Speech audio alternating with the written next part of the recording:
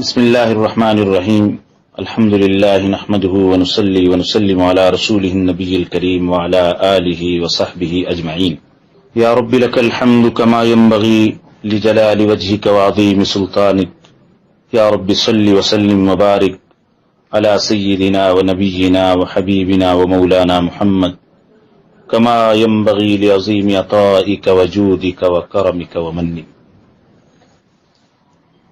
آج کی نشست میں معزز حجاج کرام کے سامنے حج کے احرام باندھنے کا طریقہ عرض کیا جائے گا۔ یہ بات گزشتہ مجالس میں عرض کی جا چکی ہے کہ جو حضرات حج افراد کرنے والے ہیں وہ میقات ہی سے حج کی نیت کا احرام باندھ کر مکہ المکرمہ پہنچیں گے،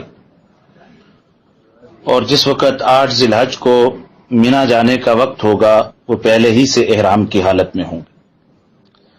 اسی طرح جو حضرات حج قران کرنے والے ہیں، چونکہ انہوں نے بھی میقات سے حج اور عمرے دونوں کی اکٹھی نیت سے احرام باندھا تھا، اور عمرہ کرنے کے بعد ان کا احرام کھلا نہیں، اسی طرح باقی ہے، اور اسی احرام سے وہ حج کریں گے۔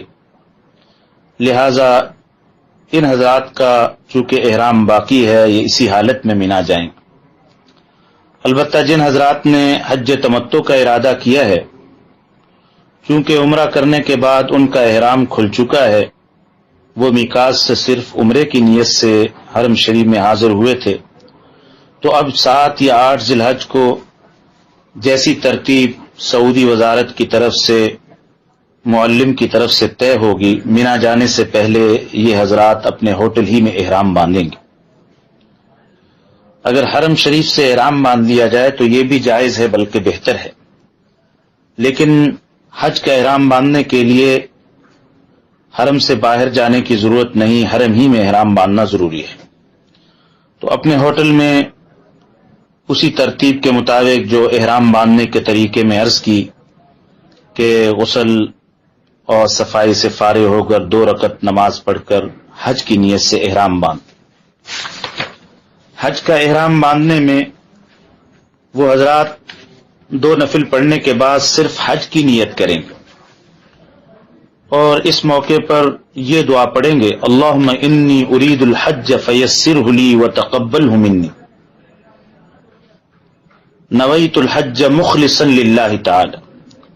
اے اللہ، میں حج کے احرام کا ارادہ کرتا ہوں، میں حج کا ارادہ کرتا ہوں، آپ میرے لیے اس کو آسان فرما دیجئے اور قبول فرما لیجئے۔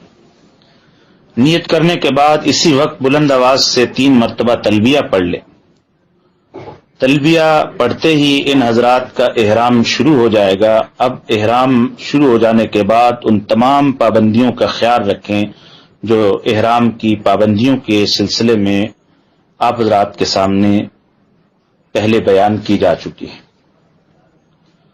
خواتین حضرات اپنی ان پابندیوں کا خیال رکھیں جو احرام کی پابندیوں کے سلسلے میں خواتین کے باب میں آپ حضرات کے سامنے عرض کی جا چکی ہے۔